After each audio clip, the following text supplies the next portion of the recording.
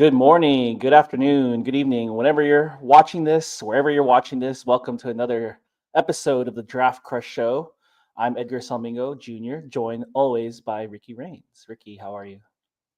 Terrific, man. I'm on my third cup of coffee. I just got all jazzed up with that Brooks Austin episode, man, talking about Georgia Bulldogs because that's just so much fun, man, to get to talk about prospects that we haven't gotten as much information about, right? Because we haven't seen them in some of the drills and some of the combine testing and all that, and then the All-Star games. So I really enjoyed myself, and it got me really jazzed up for doing a mock draft where we just go nuts here and you steal all my picks again.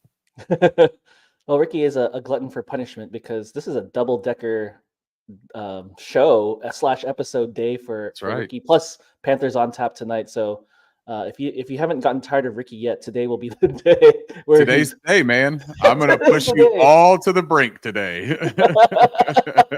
No, but for real, like I appreciate you doing that show, and it was awesome. I was listening on the way, dropping off kids, and I was like, oh man, this is like, I don't know, just we were talking about it earlier, just the way that Brooks describes prospects and Yeah. comparisons is I haven't heard something like that in a while. Yeah, man, he's a terrific, and I was saying it's the way that he can translate like the football mentality, the X's and O's, what you see on the TV, right, into the English language for you to digest it and to comprehend it in a way that like connects and resonates with you. And I just thought that he did a terrific job. Super appreciative and grateful for him coming on. And super appreciative and grateful for you coming on and doing this 2-round mock with me so that I didn't completely flail out there at the end of that episode and start doing crazy 2-round mocks all on my own. And just pushing people to really say, hey, look, we've gotten our fill of Ricky Rains. It would be cool if you just kind of like hopped off for a little while, you know? Well, we've got a jumbo sized mock draft for you again, Ricky. I don't know what Ricky's on today. I don't know what's in his coffee, but he said, "Hey, instead of doing a 1 round mock, let's do 2 rounds." And so, people that are joining us today, thank you for watching. Thank you for always supporting. We see the comments, we see the replies, we see the quote tweets, and it's awesome. And so, if you're watching for the first time, if you're listening to this, please like, subscribe, comment. Again, you can find us on YouTube. A lot of you are watching us on Twitter, and then on all podcast platforms, you'll be able to hear the audio as well. I also thought So we Ricky, would open this up with something fun too, Edgar. You and I talked about this a little bit right before we came on. We were trying to figure out what order do we go in for this mock draft, right? Which one of us gets the evens, which one of us gets the odds is something that we've done in the past. And we thought maybe we would just leave it up to the first person that comments here in the chat. You tell us, you say Edgar even or Edgar odd, somebody pick it, and we'll just do what you guys tell us to do so that we don't have any kind of collusion. And then that way somebody else can hold Edgar accountable if he starts jumping the line again. You come out, you say, hey man, I gave you your assignment. Quit cheating, you know? Well, Ricky, if no one comments, we're just gonna have to sit here for an hour. Oh, someone commented. It's CJ. Look at you. See? You just wanted to sit here for an hour and talk about draft stuff anyways. I know your game. Or what I'm guessing CJ wants me to pick for the Panthers. That's what happened. Oh man, that hurts my feelings a lot, CJ. Yep. Ricky odd, so he gets pick one. Oh, see, look at there that. You go. See, look. He's a because I'm the winner, Edgar. It's Ricky Day today. All right. Well, look. Thank you, CJ. Appreciate your participation here and getting us set up here because we would have sat here and done this small talk pleasantry for the entire show if we didn't get to this. We're going to try to get this wrapped up. I know I watched a portion of the NFL Drafts Stock Exchange 2-round mock. And Edgar, I'm pretty sure you watched the whole thing. You and I were discussing it a little bit. I haven't finished it, but I watched a big chunk of it. Okay, yeah. I watched like the first 15 picks or so. And then, everything else started happening. So I had to get back. But we're going to try to do this in that same range as what they did. Under 2 hours is what we're hoping here. And we're going to kind of try to burst through some of the ones that are easy. And then we'll do a little bit more discussion, maybe on some of the prospects that have risen or fallen a little bit after the combine and things like that, and do a little bit more detail with those. So shall we get this started? And I will kick us off here with the number 1 pick.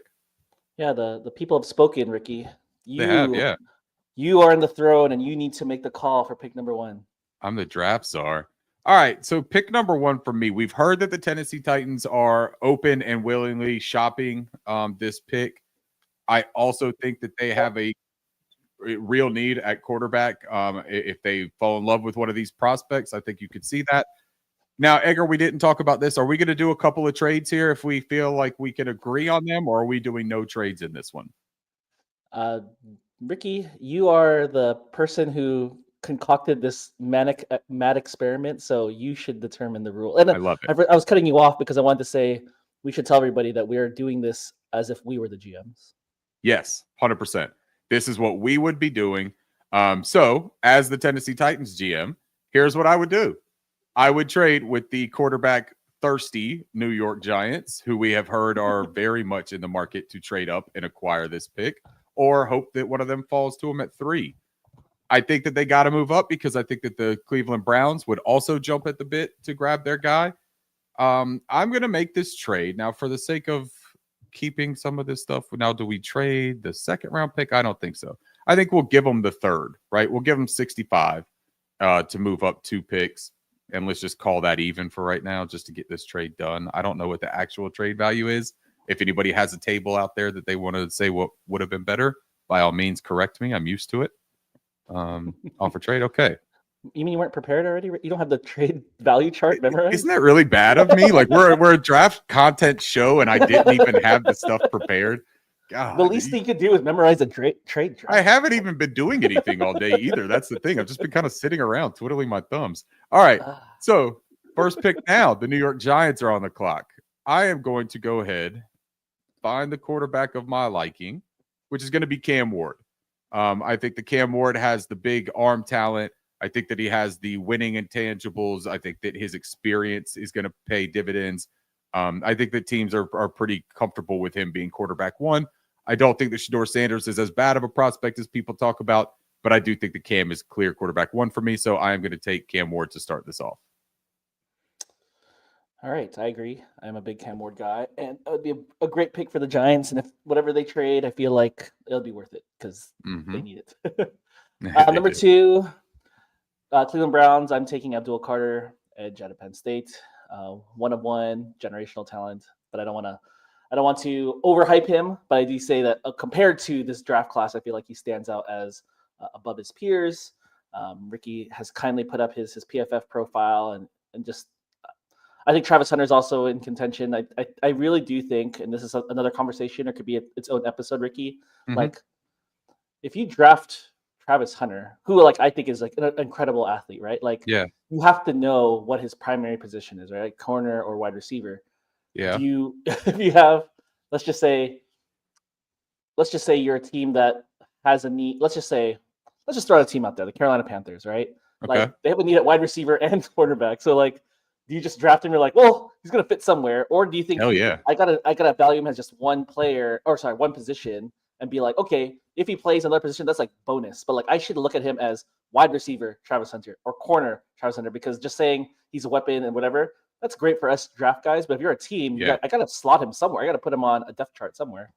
Yeah, I think that you got to look at it though and say you're gonna assume that he's gonna play cornerback because that's where he worked out. That's where he said that he was gonna work out. That seems to be his preference a little bit. But I think that having packages where you could put him in as a wide receiver, I think that if maybe he's not picking up the game as quickly in the NFL level at the cornerback position, or if he's not showing the same elite ability, which I don't foresee in any capacity. I think that he's a terrific football player and he's going to find success at any of the positions that he plays. But I do think he's a really good wide receiver prospect too. That's the tough part for me. I think so too. I think he's fantastic. And in a wide receiver class that is pretty divided about like the consensus idea of Ted McMillan, or T-Mac, as he says. Ted is not his nickname. It's T-Mac. I think that when you see the division there, and then you go down to like Matthew Golden, Luther Burden, there's some question marks. And I think Travis Hunter, if he was strictly a wide receiver, you'd be talking about him in the wide receiver 1 role. By the way, I didn't know that about T-Mac. Is that yeah. They asked him about that. Is that gospel? No, yeah, they asked him about it. They said, okay, is Ted the nickname or is it T-Mac? And he goes by T-Mac. So I'm trying to do my part and call people what they like to be called, Do you go by Rich? Is it Ricky your real Yeah, name or is it a nickname? it's a nickname. Real name is Okay. my government, and I don't, not a big fan, so I'll leave it alone. It's Richard. I heard my mom say it too much when I was a kid growing up, getting in Okay. trouble. So it's like a PTSD thing for me, Okay. So if you do All right. something, if you mess up something, royally in this Yeah, mock or you're in gonna our call me shows, I'm gonna call Richard. you Richard. I'm gonna call you Richard. There we go. And I'm gonna call you. And see, I can't even say it. Edgar Churd. That's Okay, my name. let's go to pick 3 here. I'm surprised too that the Cleveland Browns weren't considering a quarterback there for you. So interesting move, GM. But now with the Titans at 3, Can I defend myself? I guess, yeah. I'm picking for the Browns. I'm not as high on Shador Sanders, and I That's love true. Alvin Carter. That's true. You do hate Shador Sanders, don't you? You could have picked him at number 1. You hate Shador Sanders. You see how it all flipped around this time? Today, everything goes my way today, Edgar. Dang it, It's my dang it. day. All right, Dang number it. 3, the Tennessee Titans on the clock. I think Travis Hunter is the guy that I would want here. And that's what I'm going to do because this is what we would do in these drafts. And we just wax poetically about Travis. Two-way player. I think he comes in and he's immediately cornerback 1. I think he's also immediately wide receiver 1 on this team. So this is a fun situation for him and Coach Callahan to kind of look at this and say, what do we want to do with him? What can we get out of him? Sky's the limit. We're not going to put any limitations. We're not going to put any borders on him. We're going to figure out who this guy is as a player, where he wins, how he helps our football team, or we're just going to let him do it. So Travis Hunter, the number 3 overall pick for me. Number 4. I'm gonna be so bold, Ricky, if that's okay. I do like the bold. Think of it this way: mocks are supposed to be fun. There's Yeah. like so many out there. Why don't we throw something out that like could happen? And Okay. what I would do as a GM, I like to build inside out. I like to make your trenches strong. You got a young quarterback. You saw what the Panthers did with Bryce Young. Yeah. What the Bears are doing with Caleb Williams and Ben Johnson's. Like, you gotta get up front. And I know there's a lot of chatter about Will Campbell, but I think, again, we've had this conversation about should you be a riser after the combine or whatever, but you Right. can't help but hear the buzz. And I know we got a lot of heat for him falling so low last mock, but Armand Membo, the offensive tackle, we have to scroll down a little bit, out of Missouri. Yeah. He's like a giant with dancing feet, right? Like, he is Mhm. strong, he is quick, he is, just super impressive on tape. We talked about it. I know 4 is Yep. going to be spicy, but maybe one of my hotter takes is that because of the conversations about Will Campbell, I know you talked Yeah. briefly about Will Campbell with Brooks, but I really love Armand Membo, and if I were a team that was starting and I needed offensive line help, like, that would be where I'd start. I don't even know how spicy it is anymore, Edgar. I think that after his combine that he showed up with and some of the buzz that was generating even prior to it, right? I think that this dude is in legitimate conversation for offensive tackle 1 on a lot of teams' boards. He's offensive tackle 2 for me on my positional rankings. I know that we had toyed around with trying to figure out how to get my positional rankings on the screen so that we can kind of look at some of these things. Yep. Maybe we do that episode next week where we just go through my top 10 at all the major positions. But Membu, he's my second offensive tackle, and that's with Will Campbell as 1. I do think that Will Campbell is terrific. I think he's going to work at offensive tackle. But Membu, what I like about him and what I think you can look at as far as like, why would you take a right tackle early? Just look at Penei Sewell, right? Look at how he changed that Detroit Lions offensive line, the athlete that he is, the strength, the ability to get into space and get that second level. I think that that's a lot of the same things that Armand brings to the table. And for a team like the Patriots that need a knockout pick, man, like they've got to do something. And you spoke about their trenches. They were devastatingly bad in that area. And you've got Drake May. You've got to protect Drake May and give him time to figure out what he can do with whatever weapons you bring in. So I like the pick. Let's look at the Armand Membo. Why do you hate Armand Membo? Oh, come on, because he's my 2. Give me a Yeah, break. that's what you said. You just told me about Shador Sanders, and now it's okay. Well, you didn't even say if Shador was your 2. You just said that you weren't high on him. See, I think you're a Jackson Dart guy, and so that's where I'm going. All right, let's look at pick 5, the Jacksonville Jaguars. This is a common place to see Mason Graham taken right there. I know that I just saw their center, Mitch Morse, retired today. I don't think you take a center early like that. Not going to take Jared Wilson here, Ricky? I don't think so. Although I will tell you, man, Brooks Austin just sold Jared Wilson big time, and I'm already high. Send it in. I'm already high on him. He's my center one. But man, he just sold him greatly. He said Jason Kelsey, and when he said that, my ears just perked up, and I was like, wow, that's a lofty one right there. Jared Wilson, Jacksonville Jaguars, go. Yeah, exactly. But I do think that what we talked about, so they've got Walker Little is in place for them as their tackle right now. I think that adding a guy like Will Campbell could make a lot of sense for them, because I think that when you look at that left-right versatility, even kicking inside, I like that for them. I do think that Mason Graham makes sense. I think it might be a little bit rich for them, and I you keep hearing some teams are down on Mason Graham because of the weight that he came in on and the shorter arm measurements. I still think he's an outstanding football player. I wouldn't be down on him personally. But I'm going to kind of go off the beaten path a little bit here because I'm still really high on this player. Will Johnson is just kind of being forgotten about again. I know people are saying like he's not that fast. He's his own merchant and all this kind of stuff. I think Will Johnson is a fantastic football player. I think he makes a ton of sense for this specific team with the Jaguars and what they need in that secondary. So I'm just going to do what I do here with my rankings, and I'm going to take Will Johnson here with the 5th overall pick. I like Will Johnson a lot. I think he's being slept on. I think he could be like the Christian Gonzalez of this draft class because he's forgotten. Number 6 at the Raiders. I'm just going to go with what I like and what I think it's a combo of what I would do and what I would think that the team would do. But I'm going to go with Ashton Jeanty, running back out of Boise State. Wow. I know people are going to say quarterback, and at some point Shedeur Sanders is going to come off the board, and maybe but you're saying what I would do, and I okay. I would just wait on. That's all I'm saying. Or I'd trade back up and get my quarterback. But I think people are sleeping on Ashton Jeanty. I know he's running back 1. I know there's a gigantic, deep running back class, but like I still think he is one like tremendously gifted weapon on an offense, and that you could like surround like in a draft class where there's some things where you're not unsure. Yeah, I feel like Ashton Jeanty is like the safest. Like you could put him in, and no one's going to say like, oh, he might bust. Like I do think he has this capability and the skill set to help any offense wherever you're at, even if you had a running back already. And I would be mortified if he joins the Bears and Ben Johnson and see what he puts together. So I'm going to give him to the Raiders at 6. You did that out of like self-preservation. You just didn't want to see him in Chicago. The Jets at pick 7. Let's think about this, right? Tyler Warren, I think, is probably in consideration there. I also think here's what happens, though. They got rid of Aaron Rodgers, and Shedeur Sanders has been the talk of the New York Giants.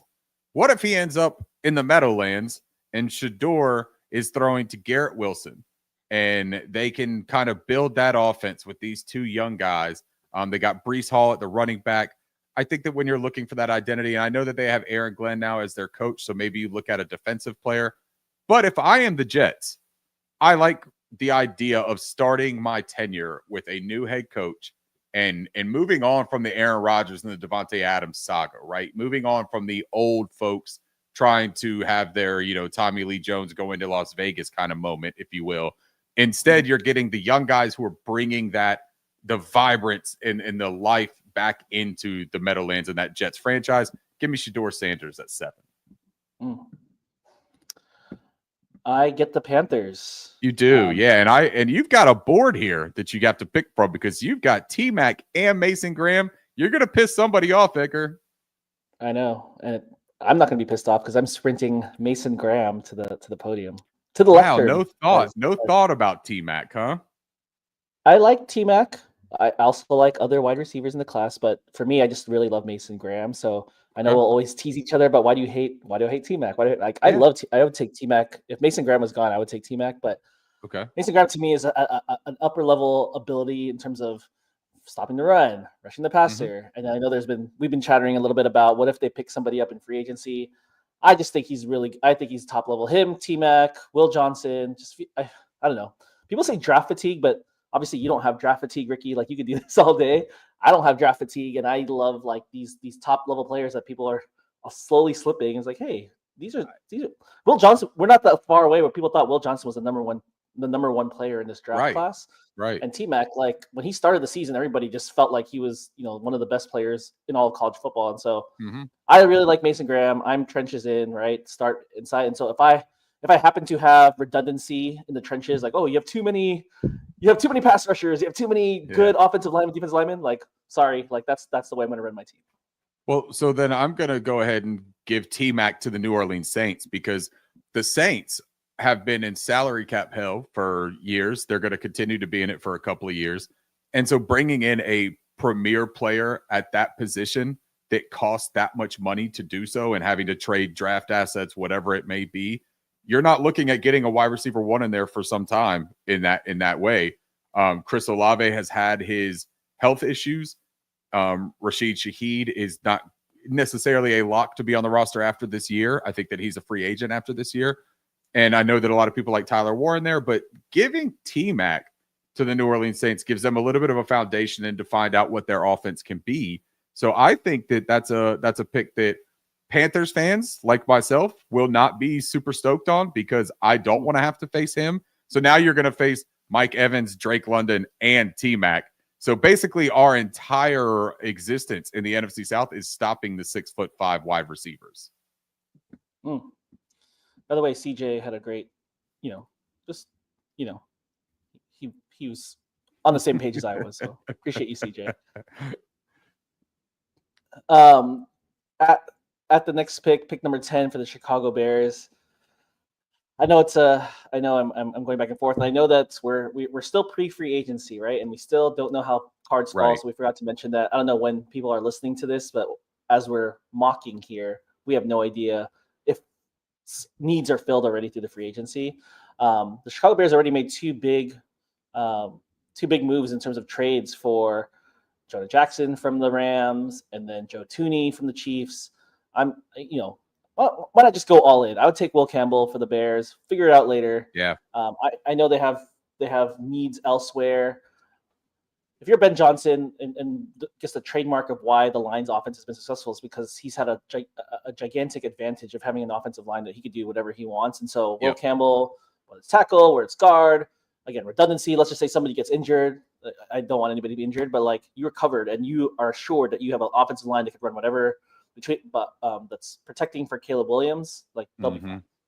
I agree. I think that's a slam home run pick for Ben Johnson. I think he's going to be wildly happy if he gets his hands on Will Campbell for that offensive line. And they've been allocating some stuff to that offensive line already. So it makes a ton of sense for me. Let's look at the San Francisco 49ers. I think this may be a place where they take a chance on the draft darling Shamar Stewart. I can see the versatility, being able to play inside out, but also maybe a little bit more emphasis on being a pass rusher. You let the defensive coordinator, he was the former coach of the Jets, Robert Saleh. He's back with the 49ers now. You let him pin his ears back the way that he had Will McDonald, the way that he had Jermaine Johnson in New York. You give him that kind of style of play, and maybe you could see him reach his ceiling that everyone is very, very high on. So I'm just going to go ahead and say that I think I would go Shamar Stewart there if I'm the 49ers, and it feels like their kind of pick. I don't know why it's so controversial, but I mean, we had a whole episode. If you haven't watched the episode on Shamar Stewart, but he's definitely worthy of this range. And I do think there are many people who just hate him because he has no production, but just watch the tape. Just see what happens. I think NFL teams will probably like him a lot more too than maybe general public. But I also understand the trepidation because full discrepancy or full transparency here, he's my edge 9.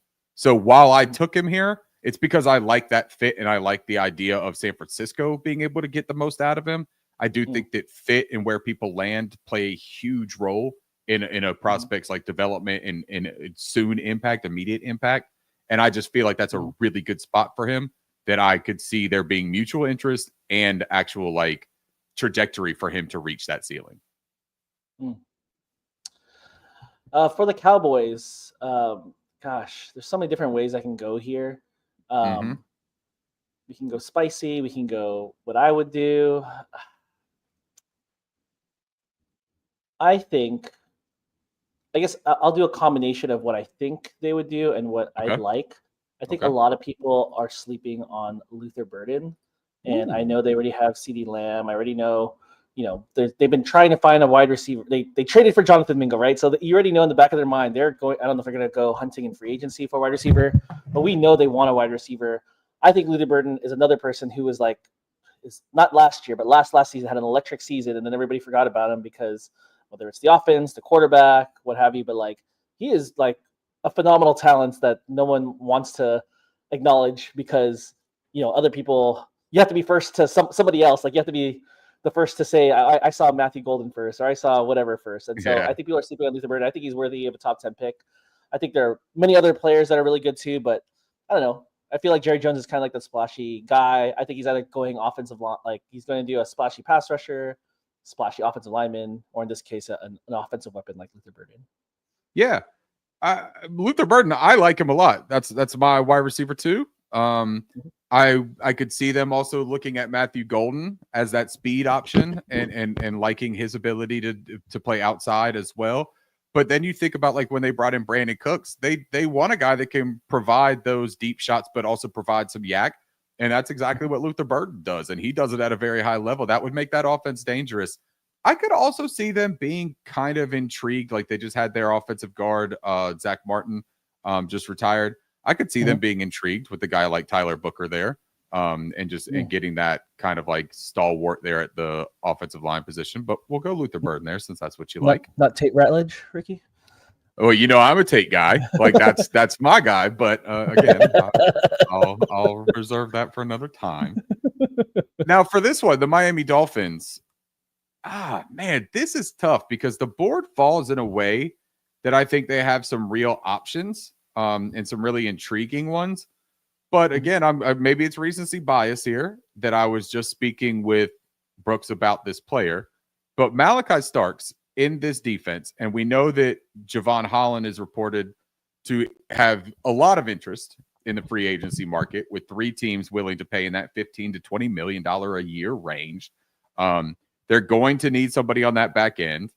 I think that Malachi Starks is a very, very good prospect. I know that a lot of people love the Nick Emanwari out of South Carolina, and he just lit up the combine. I mean, I'm talking like a historical performance at the combine. But Malachi Starks as a prospect, I think, just has so much on tape and has that leadership and has that versatility of being able to play the nickel in this modern NFL, versatility to play the single high. You can move him around and find where he fits. Brooks compared him a little bit to the Minkah Fitzpatrick type of player. That's going to appeal to Miami, I think, and that's a need, but it's also a best prospect available in my mind at this point too. I agree. I love that conversation you guys had. Like I know that 4.5 is slow, but like he's really good. Right. Yeah. Someone's gonna get a steal, especially the way that they play defenses. Yeah. In this modern day, someone's gonna get a steal on Malachi Starks because he had a slow or disappointing combine. Right. He didn't jump high enough, but yeah, get out of here. I'm gonna go chalk for the Colts. I'm not as high on him, but I do love it. Like it got to a point where I have a draft crush on somebody, and all of a sudden it goes all the way forward. It's like, no, well, I liked him. I don't want to go that far with y'all, but I still love Tyler Warren just as an incredible beast. He wears number 44, so everyone says Dallas Clark, and so I'm gonna go chalk and go the tight end out of Penn State. Yeah, good pick. Makes a lot of sense. The Atlanta Falcons. I hate picking for Atlanta Falcons. Can I say that? Because I'm just not an Atlanta Falcons guy. There goes our viewers that are fans. Yeah. Sorry about that. Sorry, I'm not sorry. Actually, I'm true to who I am. Okay, let's talk about what they need here. PFF has them with wide receiver, edge player, linebacker, cornerback. So when you look at the best available on the PFF rankings, Jahdae Barrett is a guy that I'm still very high on. I like a lot his versatility. You talk about that nickel usage or a boundary corner. I think that he could be a terrific player. Jahad Campbell obviously is one of my draft crushes, so I think that he could kind of fit a twofer for them as far as a pass rusher and a linebacker. I do think that they could be in the running for the Mike Green. Mikael Williams is still on the board. I could see that also being appealing to them. Wide receiver, I mean, you look at wide receiver, you're talking about an Emeka Egbuka, who I think could actually be a really nice complementary player to Drake London. Matthew Golden also, I think, can fill that. But having that reliable pass catcher like Emeka Egbuka, and you got Michael Penix Jr. That's a nice fit, I think. But for me right now, I'm going to go with exactly who I like and who I would pick here, and who I have as the best player on the board, probably Jihad Campbell. Mm. And I don't think that Jihad is going to make it super far in the first round, man. I just think that he is a tantalizing prospect, and he's young. He's got the measurables. He's got the speed. He's got the desire. I think you hone in on a little bit of the instinctual type of stuff with him, and you have a difference maker at the next level. Fred Warner type of football player. Mm. I love Jihad Campbell, so like you're not getting any argument from me. Yeah. Cardinals at 16. I can't say I know much about the Cardinals and their needs and what fans want, and I can't say I've watched a lot of offensive line because I could tell that's a need for them. On my consensus board, or I've been working and looking at, would be kind of like a good fit for them and a good steal for them would be Kelvin Banks, the tackle out of Texas. Ooh, I like that. I don't know, like I think I still need to see more to separate between where these tackles fall, but between Banks and Simmons and Connerly and all these guys, like I feel like they all have a good highlight reel, but I'm still struggling to figure out like how they separate. But in terms of the consensus board, if I had to like just lean on where the media, where analysts are looking at, he's clearly a different tier above who else is left at offensive line. And the Cardinals, they have Paris Johnson, right? Then they draft him out of Ohio State. So you'd have him on that right side. You'd have Kelvin Banks, who I love. Kelvin Banks is my offensive tackle 3, terrific athlete. And when you talk about that transition to the NFL, that the athleticism, and I know people hate the RAS scores, but they do have a correlation. There's a real correlation that you can find with that. And some of these top tier athletes of offensive tackle and tight end are the two positions that come to mind the most. There's a real correlation there with success and hit rate at the next level. So Kelvin Banks, I think, is a terrific pick. And he's a young guy, too. There's a lot to work with still. Cincinnati Bengals put the franchise tag on T. Higgins. Sam Hubbard just retired. So those are the two things that I'm keeping an eye on with this. The offensive line, protecting Joe Burrow, has to be an important part. I'm not going to take a wide receiver for them because I think that T. Higgins stays there. A lot of people think that T is going to end up getting traded. I don't think that. I think that they're serious about having the intention of keeping him there. So for them, looking at the defensive line, Kenneth Grant comes to mind. I'm a big Kenneth Grant guy, but I think what I'm going to do here is go Mykel Williams. I like Mykel. Now, look, I've got him as my edge 5, but there's a little caveat to where he is with that edge 5. James Pierce Jr. and Mike Green have off-field asterisks next to their name right now. And teams will vet that, and they will figure out how comfortable they are with both. It is not me condemning either one of them. I spoke to Brooks a little bit about the James Pierce thing. He gave his perspective on that. The Mike Green thing, I don't really want to touch with a 20-foot pole, to be completely honest, as far as the allegations. Because I don't know what they are, but they are so serious that I'm not willing to like speculate much. Terrific talent of a football player. If a team is comfortable, I could 1000% agree with taking him in this range. I think he's worth that pick. He's a fantastic football prospect. Mykel Williams, knowing that he's a clean prospect, knowing his love for football, knowing the training that he's received, knowing that he wasn't 100% healthy last year and still looked pretty dang dynamic, man. Give me Mykel Williams there to bolster that defensive line and usher in the new edge for the Cincinnati Bengals. Man, I love Mykel Williams. And again, another person people are sleeping on. He was also Jordan Reed, who I'm sure you're familiar with. He had kind of had to, going into the season, he was his number 1 overall prospect. And so like, he's good. Yeah. For me at pick number 18, maybe this is just recency bias, Ricky. Again, people are watching this at different times, but just in one day, Tyler Lockett, the Seahawks moved on from him, and then DK Metcalf asked for a trade. And so I'm looking at wide receiver. Now they have JSN already. So do you give JSN another JSN? See, that's what I want to do.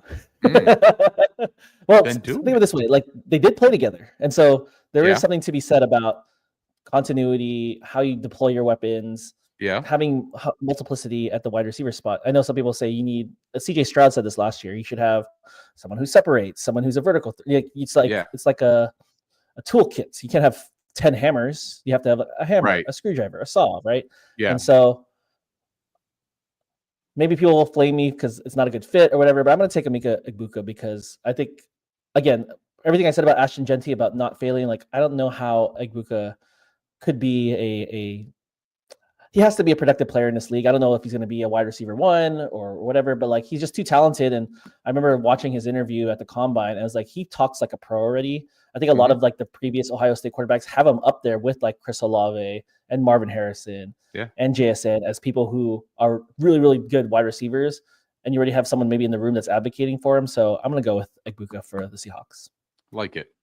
Now I'm going to go a little bit off the beaten path of what most people think happens with the Tampa Bay Buccaneers, but we know Chris Godwin is coming off of that Achilles tear, right? They're in conversations. You don't know if he's going to come back or not. The likelihood seems that he comes back, but if he doesn't, you're looking at Jalen McMillan and you're looking at Mike Evans. Mike Evans is a Hall of Fame All-Pro player. I think he's one of the best wide receivers we've seen in recent times. He also probably has a little bit more of like a milk expiration date than a wine bottle expiration date, right? Like he's not necessarily going to be able to age in the cabinet for the next 10 years and still be really good. He's got that like, hey, enjoy him now. He's terrific. Good drink, but you got to enjoy him now because it's not going to be very good later. I think that they could start looking at a contingency plan there. And Matthew Golden has absolutely skyrocketed up the board, and he may not even be here at 19 come draft day. But I think that he could make a lot of sense as that piece. You got the slot guy in McMillan. You got the X in Mike Evans. If Chris Godwin is gone, or if he's not 100% healthy, because I saw a report today that they weren't sure about his ability to start the year, I think that Matthew Golden comes in pro-ready, field stretcher, and opens up a lot of things for that offense for Baker Mayfield. You don't want to take a step back when he's getting comfortable and finding his footing.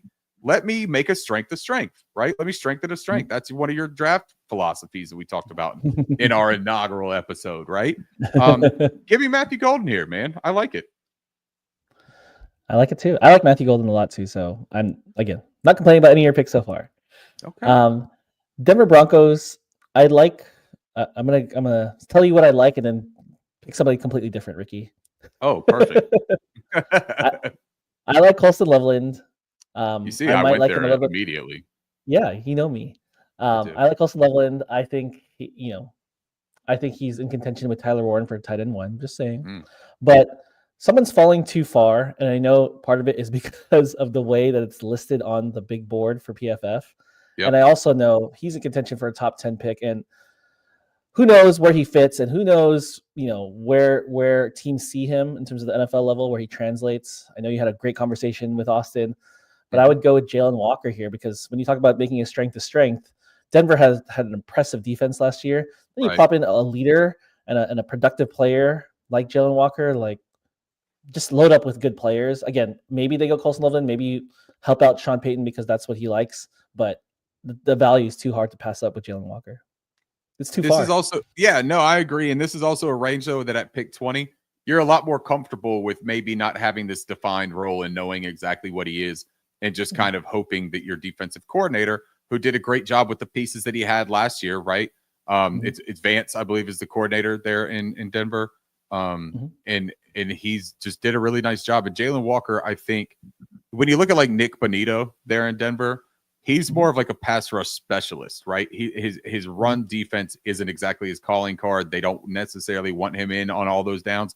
But if you had Nick Bonito and Jalen Walker coming off of the edge for the Denver Broncos, that's a terrifying thing.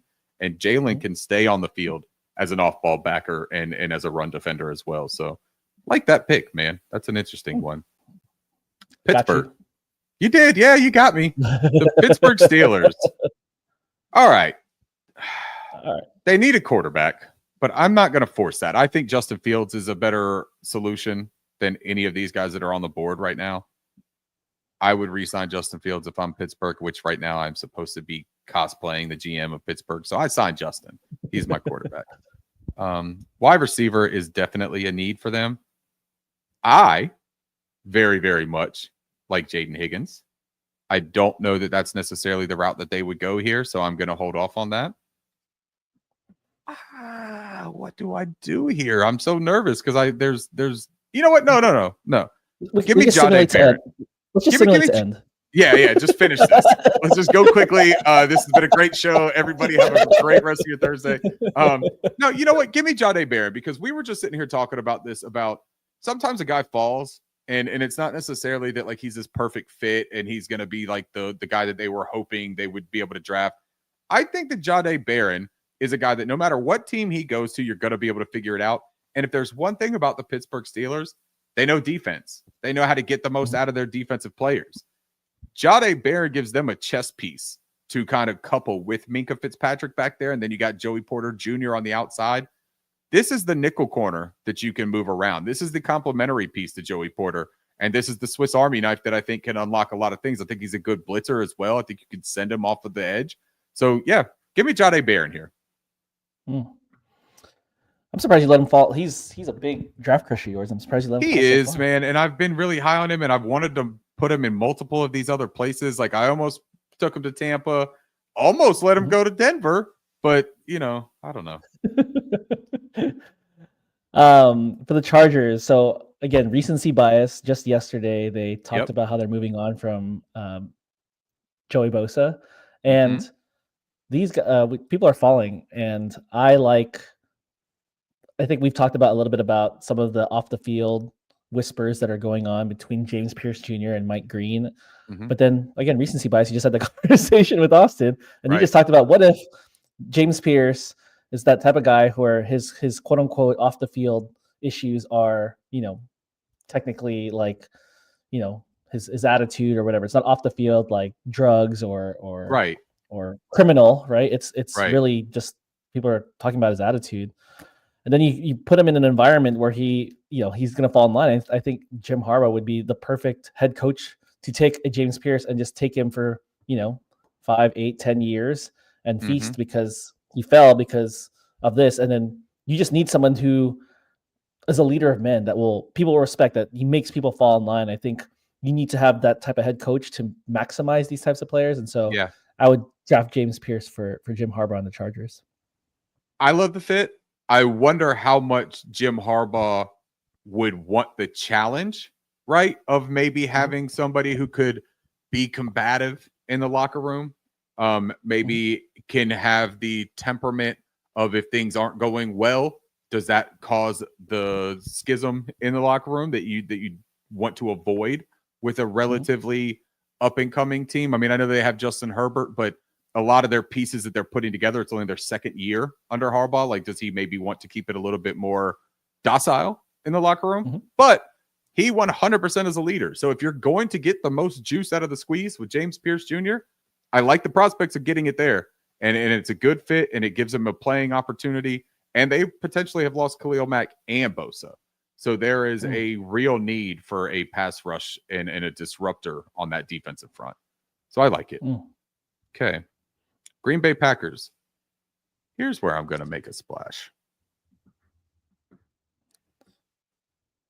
This is where I'm going to go Jaden Higgins, Edgar.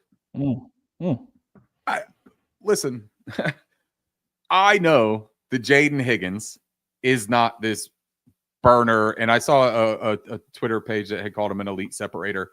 As one of the founding members, I think, of his fan club, I would like to be able to call myself that. You guys tell me if I'm off base for saying that, but like I have been very high on Jaden Higgins and Jalen Noel since, November of this past year when I first started really digging into both of them. Jaden Higgins, I think, has the potential to be that real deal bona fide one. And at worst case scenario, I think he just gives you the better version of this versatile, move him around. Maybe he's not a 1, but he's definitely not a 3 type of receiver that the Packers have a decent amount of right now. But the difference is where Christian Watson is supposed to be your X, he's got the injury issues. I think that Jaden Higgins can come in and be that for you right away. Every stop along his way, this guy has been productive. He has a very easy comfortability to see as a volume receiver. He has been peppered with targets. He catches almost all of them as a drop rate around 3%. He is a red zone threat, can offer you that as well. And I think that what LaFleur does with the motions and moving people around, I think that can really open up the scheme for Jaden Higgins to find success. And I think that he could develop into a one with his 40 time, with his vertical, and all of those things, and the next level stats, the gauntlet of his speed being like the third most or the third highest of any wide receiver. I think he sees his stock rise a little bit here, all the way into this pick where the Packers are a little desperate to find a wide receiver one. If I'm not first, I'm like maybe like membership number 1,000 on Jaden Higgins, but yeah, you know, you're in there. You're in there. I mean, we both were at the beginning. You know, don't get me wrong, man. We were here your in that room card has together. 001 on it, Ricky. Yeah, we were opening up the folding steel chairs and sitting around in the circle when it was before we had actual bleachers. Like, we were early. Vikings at 24. Someone I like, someone I even consider even higher.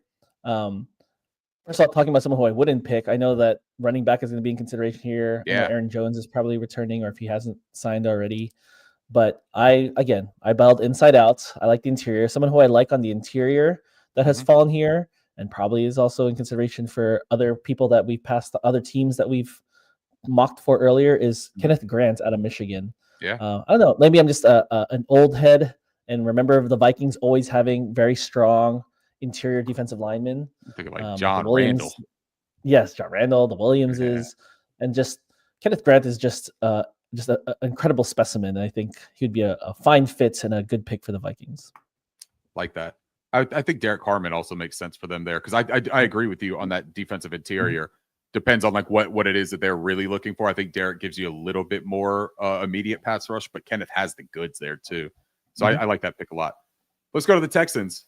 In the hunt for a wide receiver, we know that Tank Dell had surgery on his ACL after the devastating leg injury that he had. I don't know that they press this though and go for a wide receiver here. I think that there are other things on this board that they can do.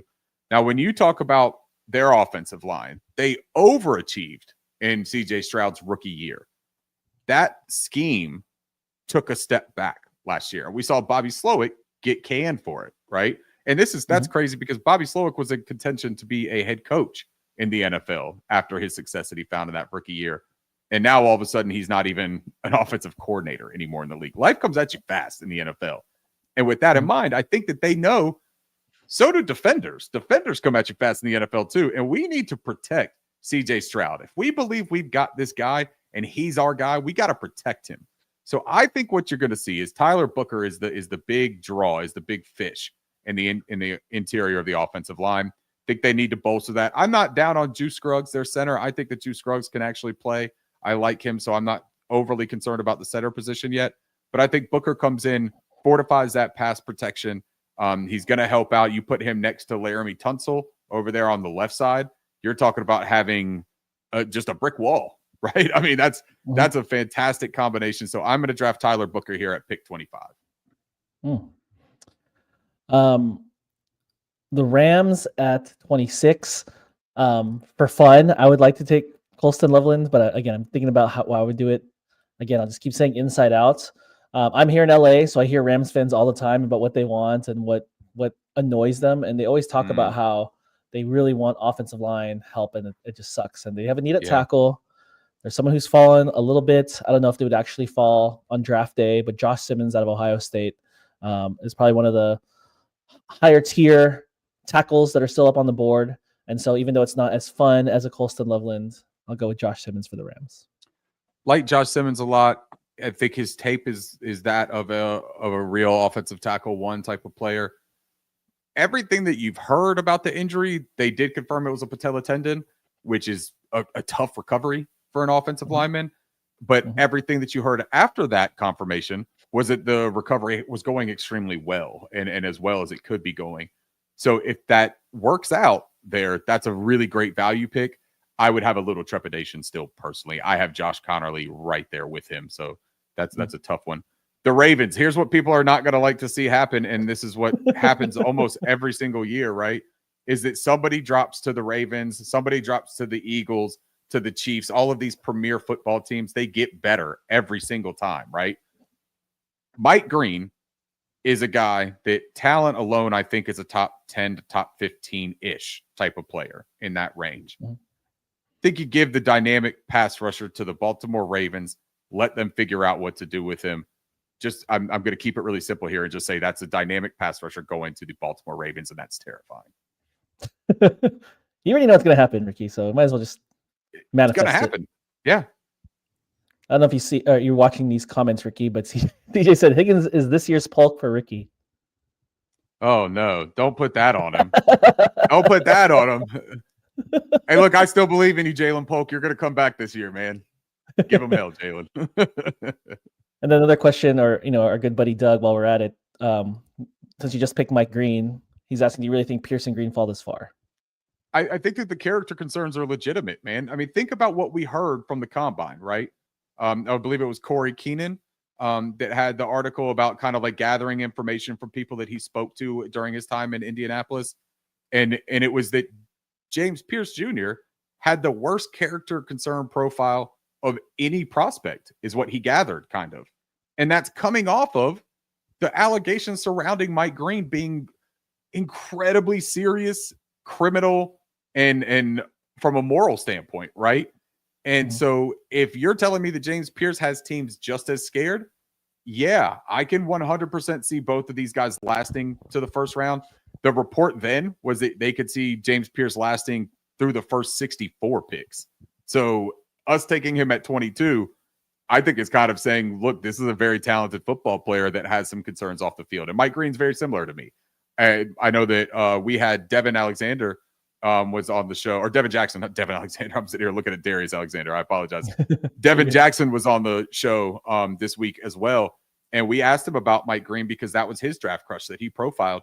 And he said the same thing, that there were teams that he had heard had him off of their board entirely because they weren't necessarily satisfied with the answers given or with the comfortability of the situation in general. And so you may see that some of those early teams that are trying to fight their way into being a serious NFL franchise again, right? They may not be as willing to take that big risk. And then some of these teams down at the end that have that stable culture and steady voice, like the Harbaugh coach, again, with Baltimore, they're going to be willing to take that chance, I think. I am so afraid of, like, again, you talked about with Brooks, like some amazing team, Eagles, Ravens, Steelers, someone's going to get a really good player. And it's like, well, well, that's just what they do. 100% every year. I get the Lions next, and I'm torn between where to go here.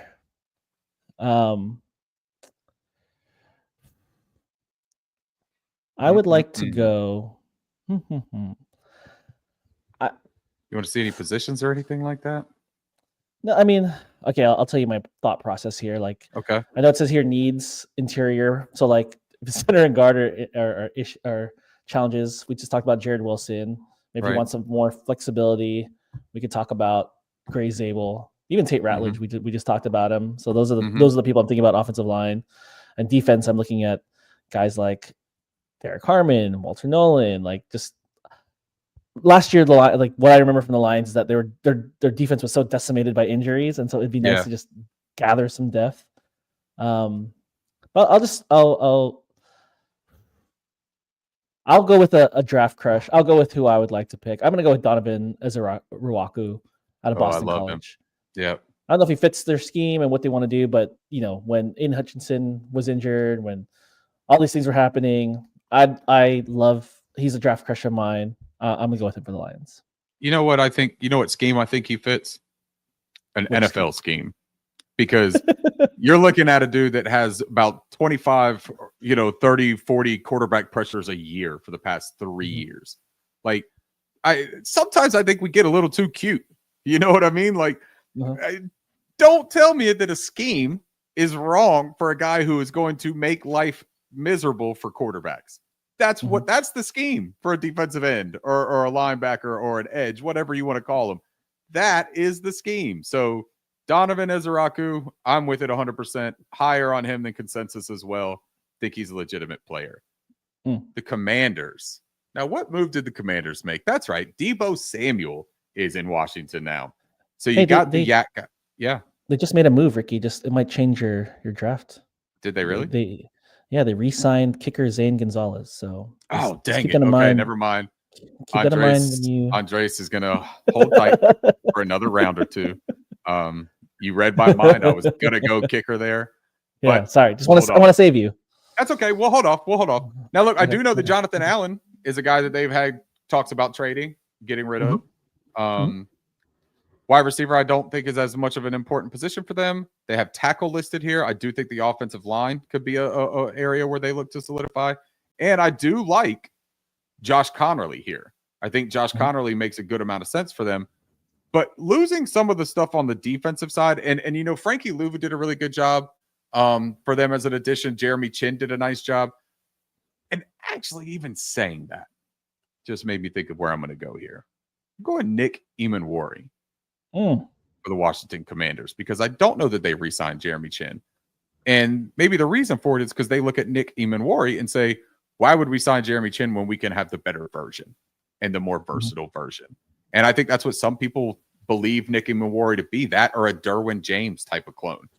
I think you give that to, and I'm drawing a blank right now on his name, the head coach. Why am I drawing a blank on the head coach's name?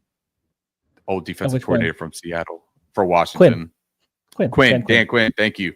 I think you give him that 6'3", 225-pound, incredibly fast, incredibly physical, great ball skills, athletic leaper. You give him that guy, the Cam Chancellor, the Derwin James, the Jeremy Chin, who he clearly has an affinity for. Yeah, that's a knockout pick for me. Buffalo Bills at 30. Oh, by the way, just some draft news for us Panthers fans, but there's a report from Ryan Fowler from the Draft Network that they're scheduling a 30 visit with interior defensive lineman out of Florida, Cam Jackson, the big boy out of Florida. Okay. Yep. Yeah. That's a big one. That's in line with what they've been doing, man. They've been bringing in some of those bigger bodies, and Javon Hargrave being let go apparently. Yeah. Okay. Pick number 30. Wow. There's two.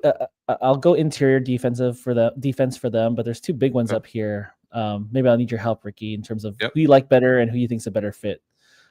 Derek Harmon and Walter Nolan. Obviously, win and are sized differently, but who would you like for the Bills? So Walter Nolan also has some character things apparently that have come up, and it's things that people have talked about could be in the similar realm of a James Pierce type of situation.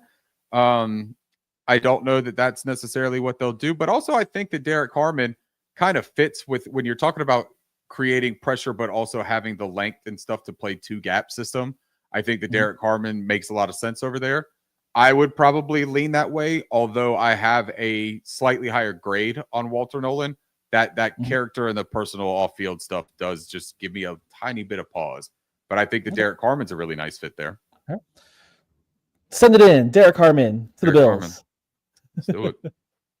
So here you are now. You got these Kansas City Chiefs. Made the Super Bowl, but everyone seems to be down on them and think that their time is running out for some reason, right? They couldn't fall into a much better situation. There was reports they shopped Joe Thuney, right? He's gone. They were talking about their guy that they drafted last year out of BYU, Kingsley Suamataia, who is kind of that swing tackle, right tackle, left tackle. They tried him out a little bit.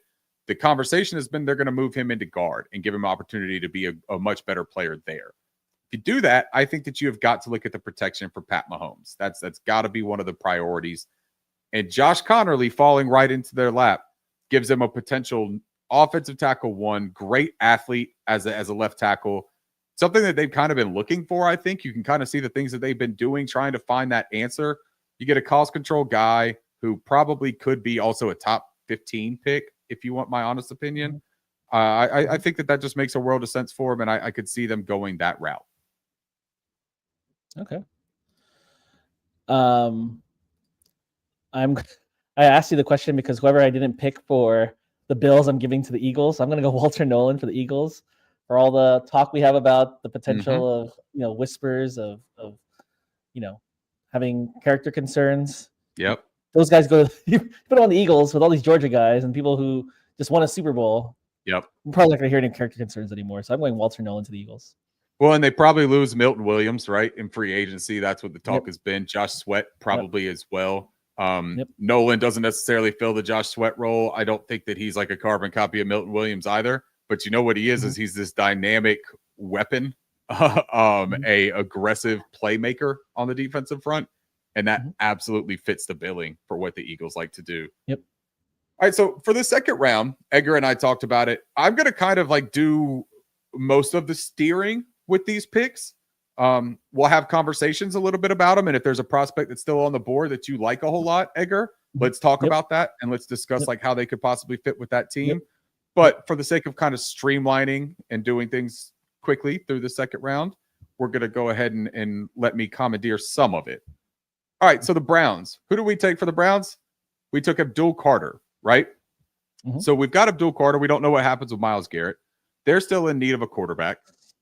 I could see them going the vet route there.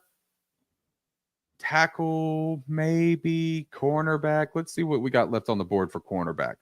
Trey Amos is a guy that I'm really high on. Savon Ravel is a guy that I think people are going to really be intrigued by. 6'2", almost 6'3", about 200 pounds. Coming off the ACL injury, though, I thought that he's a little bit high cut. He reminds me a lot of Juju Brents out of Kansas State a couple years ago. I like him a lot. I think that Savon Ravel is a little bit of a better athlete, but you need that athleticism to come back 100% for him to be the prospect that you were banking on him being. And there's not a whole ton of tape against quality players. I'm actually going to go with Trey Amos here, who I have as my corner 4. I really like Trey Amos. And I think that the Browns could use, you think about like their division, right? They got to play against Lamar Jackson. You got the Steelers, who are always just a tough team. I just think that you've got some things there that you're going to want to have that back end.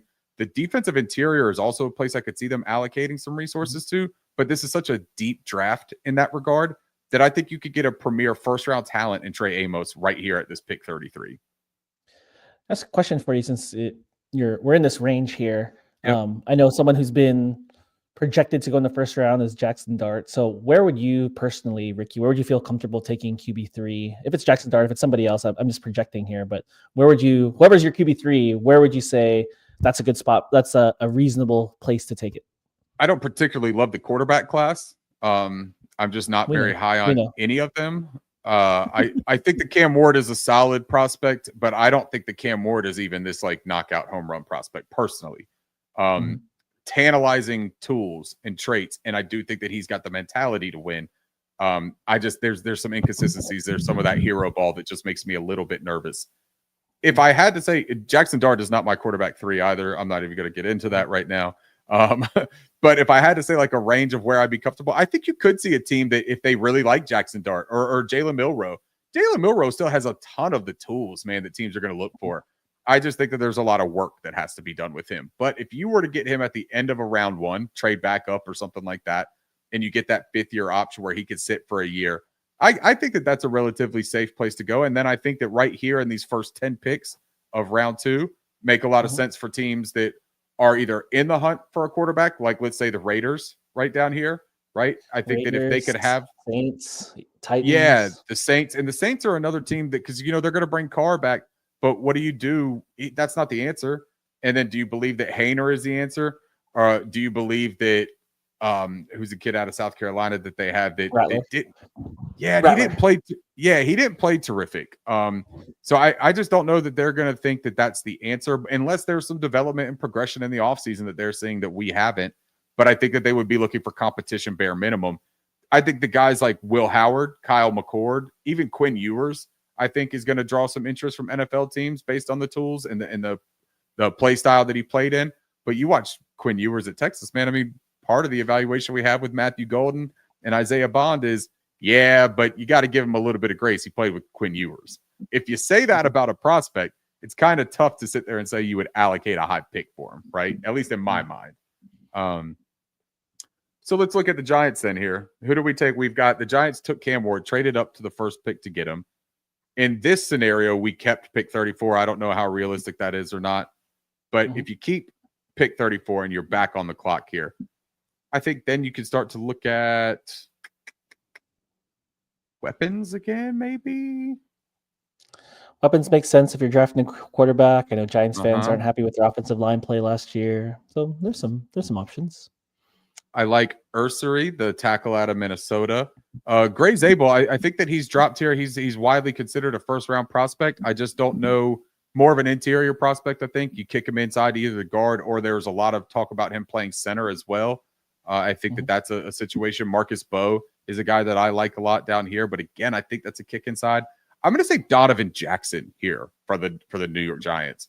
Donovan Jackson, I think, has some great tape at left tackle. Showed the athleticism to be able to stay out there on the outside, the good footwork, the hands. And worst case scenario, if he doesn't, you have an ability to move him over inside. So I like Donovan Jackson there. Okay. Adam, one of our viewers, says shocked Zabel has lasted this long. So I don't know why you hate Gray Zabel, Ricky. I know. I just feel like I just hate everybody. You know what? For that exact reason, Adam, you know what I'm going to do here? And this actually, I'm kidding. It's not for that exact reason. But I do think that the Titans are a nice place for Gray Zabel, because I think that there's a little versatility that they can figure out. Callahan was an offensive line coach for the Bengals for a little bit too. His dad is an offensive line coach. So I think that Gray Zabel is going to be very appealing there for the Tennessee Titans. Let's look at Jacksonville now. Who do we took with Jacksonville? We took Will Johnson. Okay. So one of the things we talked about, Edgar, when we were at that pick with Will Johnson was Mason Graham, right? We said that's a common place for him to land and have an impact. What do we like about Mason Graham? He's really good against the run, but he's also a violent pass rusher, quick guy, can get past his interior blockers, can also line up outside. You know who else that reminds me of? Darius Alexander. Shy Tuttle. Oh, Darius Alexander. Stop it. Stop it. I will turn this camera off and never turn it on again, Edgar. Oh, sorry. Okay. We're going to ignore what Edgar said. Everyone remove that from your memory, almost like the Men in Black thing where you take something and shine it in your face. That's what just happened. Edgar blacked out and didn't say any of that. All right. Darius Alexander. That's a guy who, again, we had Joe DeLeon on the show, and that was his draft crush. He spoke to what this guy does so well, how disruptive he is. The age thing is going to be something that many people bring up. I think if you have a guy who's 24 years old and maybe even bordering 25 by the time that he's drafted, you draft him in the second round, he comes in and he's an immediate impact player for you. And he bolsters that interior, that defensive line. So you got Trayvon Walker on the outside. You got other guy, the Kentucky pass rusher on the other side of him, Josh Allen. Got both. You got all of those guys. Then you bring in Darius Alexander on the inside.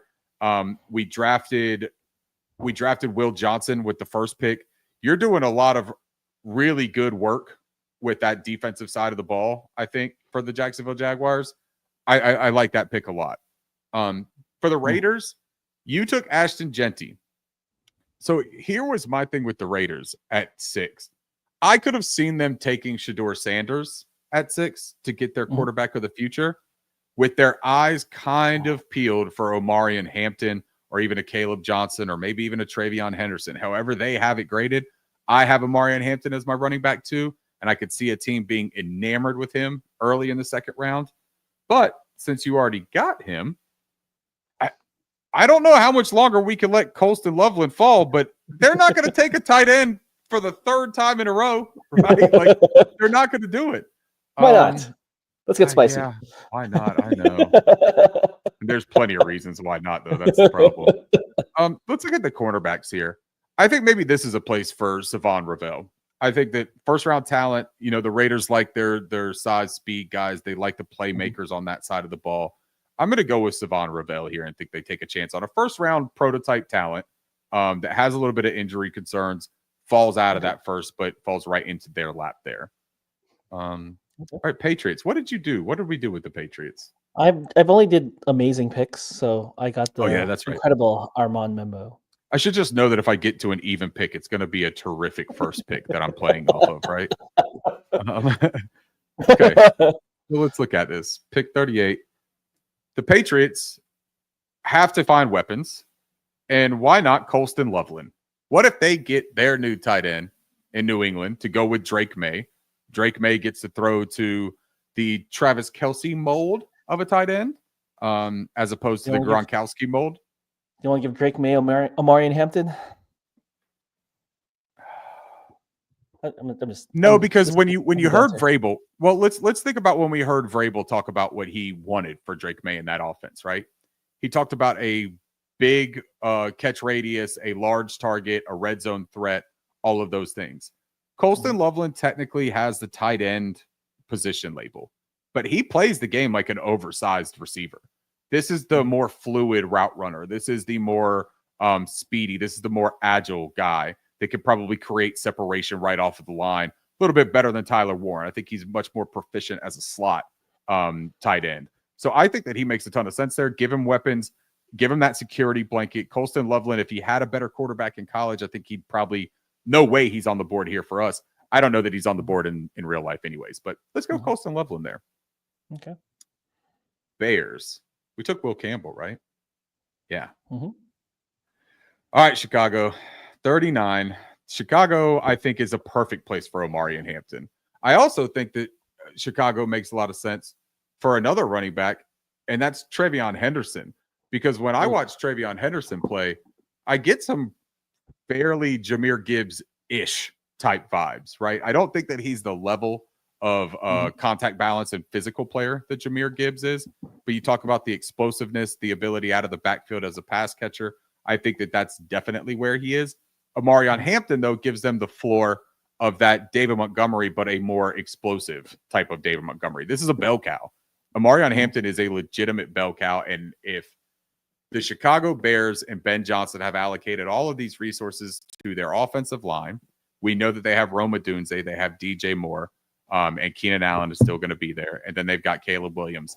Omarion Hampton could be that missing piece that catapults that offense into a scary one quick. All right. I feel like I have just been going full speed here on all of these picks. The Saints. Do you have anything with the Saints? Well, we picked T-Mac. I apologize, T-Mac. We picked T-Mac with the first pick. As Panthers fans, we're relatively familiar with how not good the Saints were last season. So is there something that stood out in those games where we saw them play that you're like, they're going to have to find an answer in this position? It's funny because like I feel like it's night and day the two different games that they played against the Saints. Like week one, they're just like they look like a Super Bowl team, and then the second game, I was like, oh, we're actually not that bad. I think if I were the Saints, I would look at Chris Olave was out, and I don't know. I thought their offense was fine, but they thought otherwise. But I would say they do have Kellen Moore as a new head coach, and just as an observer, I felt like maybe it was just Bryce Young being amazing, but I felt like their defense was not as solid as I thought it would be. And so I was thinking either weapons for the offense or like your best defender because and then they also had Paulson Adebo who's has his own injury concerns as well. And so like they have really good players, they just haven't been available. Yeah, that's a great point. Who do we have as corner here?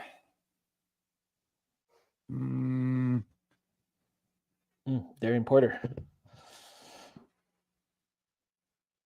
Jacob Parrish. Hey, don't tempt me.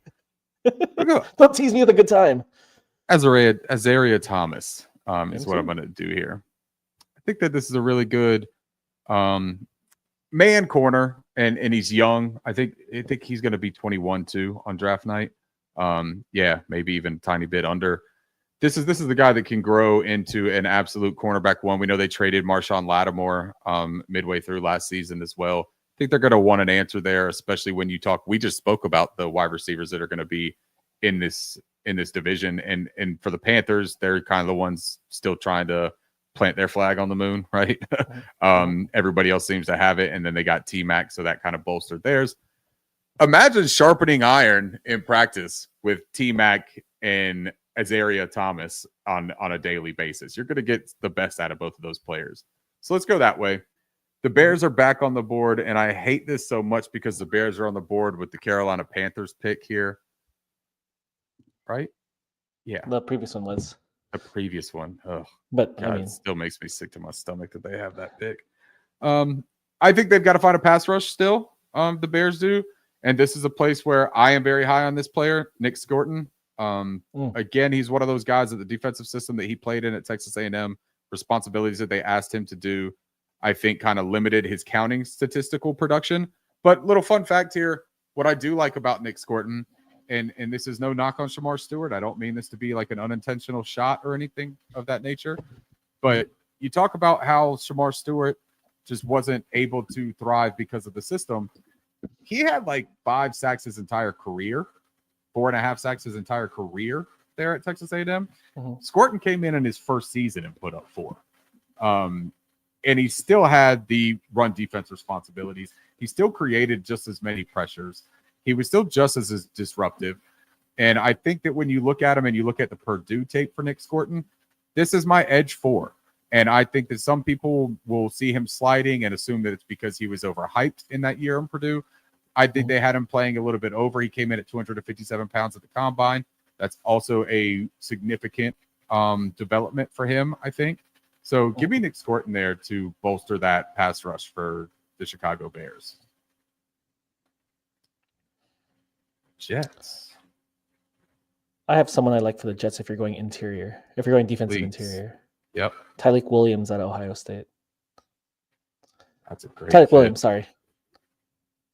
He's really good. I don't know, Really maybe good. because Ohio State has too many defenders and you can't have everybody be first rounders, but I think he's a Well, and talent. he also has like that more prototypical nose tackle build, right? So I think that a lot of people think that he's very scheme dependent, that he won't be able to like play in any kind of front. I also like him a lot for the Green Bay Packers if they don't go offense on that first pick. I think that he could also make a ton of sense there. That's a All right, good you didn't have pick. to pick him, by the way. No, I'm gonna pick him. I would like if I didn't pick all of these because I'm starting to like, you know, like when you look at a spreadsheet for like 3 hours and you can't see, and their numbers right in front of you, but you can't see it. I'm starting to feel that way. It's like a tunnel vision. My third cup of coffee is empty and I can't have a fourth. So I'm running on like the fumes of it. All right. Well, let's look at the 49ers. I was to say, if you need a break, Ricky, just want to say that we're thankful for the many people who are watching with us for lunch. For those of you that have endured this telethon marathon with Ricky, just really appreciate you. And if you haven't already, if you want to like and subscribe or comment or do all that good stuff, we really appreciate it. Yeah, very, very appreciative of everyone that tuned in, especially for the Brooks episode as well. I didn't speak on that during. I was trying to get as much information as we could and the time that we all had together. But we had over 660 people, I think, watching that one at 11 o'clock this morning. That's a terrific audience for that time of day. So I appreciate everybody that did that. All right, so 49ers here. Offensive line, I think, is where they're going to go. I think they need to. Trent Williams, we know, is getting older, but he's also still one of the best that there is. I could see Cameron Williams being appealing for them. This is a guy that has first-round talent, but also wildly inconsistent and raw. Speed gives him some serious problems. But very much like the Georgia right tackle a year ago, I think that he has all of the physical tools that a team is going to look at and say, man, we could really get a franchise guy with that. But for me, you know who I really like? Marcus Bowe. Shy Tuttle. Oh, sorry. Edgar, you are Ian Thomas. pushing it today. You even said his full name. You didn't even say 80. You said his whole name. I say his name. You guys on the Panthers on Tap. Curtis is going to have a fit with you. So respect. I promise you, Curtis is going to say something about that tonight. I'm going to go Marcus Bowe here because I think that he has the ability to kick inside.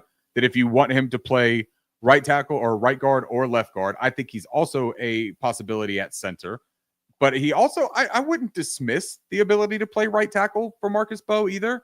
But if I wanted to take a guy that I thought had many hats but was also very, very good at them, that's who I'm going to go with. And I think that gives them some versatility.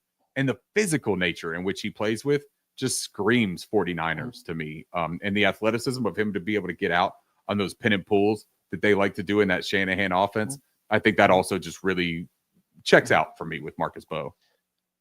Maybe to give you a small break, Ricky, maybe we could look through who's available and maybe names that look like draft crushes to you or people that are appealing to you in this range, or you feel like are still like steals at this range. And so like for me, just to give you a small break, like I think this is just me, Xavier Watts. I think for me, he's in contention for safety one. I know Nick Monwari blew up the combine. I know Malachi Starks is just an incredible safety prospect, but I love Xavier Watts' ball skills. I love watched the game. I've heard his interviews and what he's gone through in his personal life, and so I'm a big fan of his. And he's, I'm not to say he's going to be drafted higher than this, but he'd be Sure. he'd be awesome in this range. So that's one of them. Sorry. Who else is there? We talked about Jack Besh before, but one of mine, Carson Schweschinger, linebacker at UCLA. Yep. One of the knocks about him was that, like, oh, he's good, but he weighs in at 220, and in the combine he weighed in at over 240 pounds. Right. And so I the steal in the second round, and I know there's a few GMs, including the one of the Panthers, who are big fans of linebackers. So if he lasts that long, or if he's in this range, I think he'd be a steal for somebody. Darian Porter, who also had a glow up at the combine. Mm-hmm. He's still out there. What are names that stick out to you, Ricky? Those are good ones. I think that Princely Umemayelen, I think, is a name that sticks out. Landon Jackson had a nice combine, and these are the edge guys that, like, I think that this class is revered for him. And then you also have the Ohio State edges are both still on the board here, and I think that Jack Sawyer could find himself creeping up at JT Tuimoloau as well. Mm-hmm. Braden Swinson, Alfred Collins is a guy that I like a lot. I think we've talked about him a few times. It's funny. Braden Swinson's, like, again, someone I liked. Mm-hmm. Now he's like everybody. 50th. Yeah. No. Like, okay. Yeah. Edgar was a Braden Swinson hipster. He was there before everybody else, and so now that everyone else enjoys it, now that everyone else enjoys it, he's like, oh, that's too cool for me. Yeah. Jordan Phillips is out there. Jordan Phillips, Trevion Henderson is a guy that I like too. That's my running back 3. I still think he's really good. Benjamin Morrison is an interesting prospect too, because I think that if he were entirely healthy and we had another full year of film on him, and he played up to the ability that he showed last season, I think that he could be a first-round corner as well. I mean, this guy has terrific man coverage ability, and I've seen a lot of people recently talking about his proficiency as a zone player. Now, where he does run into some issues is that his testing and measurables, right? His arms were shorter, I think, than what people thought. He was 190 pounds with, like, sub 31-inch arms. That's a little bit tough to sell as a press corner with that size, that profile. But really good football player, man. And I also think that the running backs could be in play here. The Caleb Johnsons, the Trevion Hendersons. And another one of your draft crushes. Who is that? Jordan Birch. Jordan Birch. Yeah, absolutely. I think that Jordan is going to almost be a victim to this defensive line class and the edge class, that there's just so many of them that somebody is going to fall way out of the range of the quality player that they are, unless you just see this crazy run start to happen, right?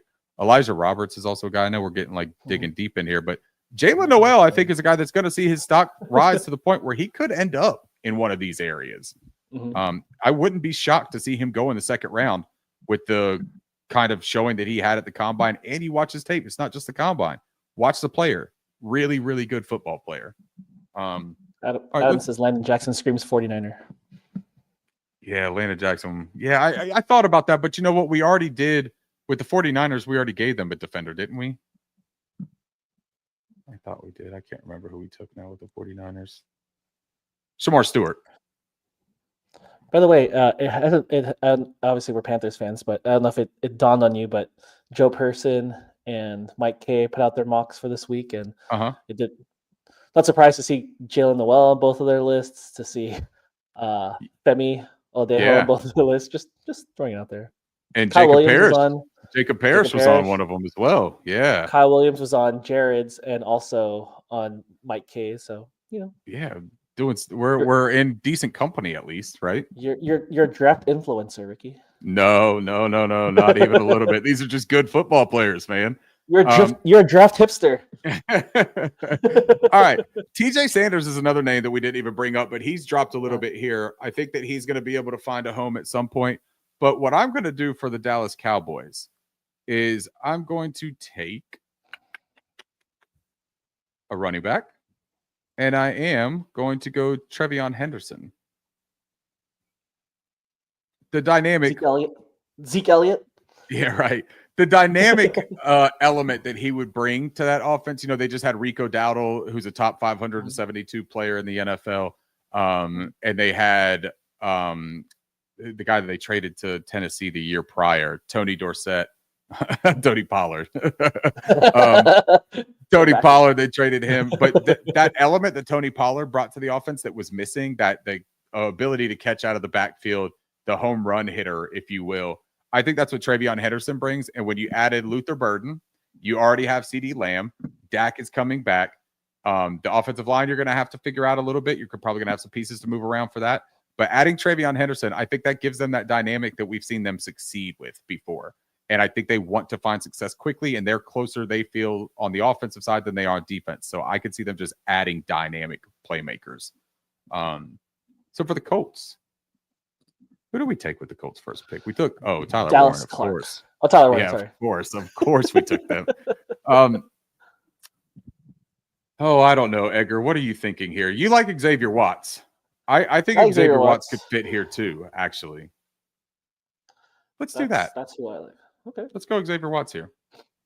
He's a ball hawk. He just knows. Those are good picks for them too. Those are guys that would come in and impact that team immediately, man. Yeah. We have not helped out Anthony Richardson, if you believe that Anthony Richardson is going to be their quarterback. We have not helped him out at all. Well, no, never mind. Tyler Warren. Okay. Atlanta Falcons. We took for them with the first pick, my guy, Jahad Campbell. So that kind of gives them this versatile chess piece on defense, edge, linebacker. Mm-hmm. They probably do look for offense here, but let's look just out of curiosity. Let's look at that secondary, those secondary players.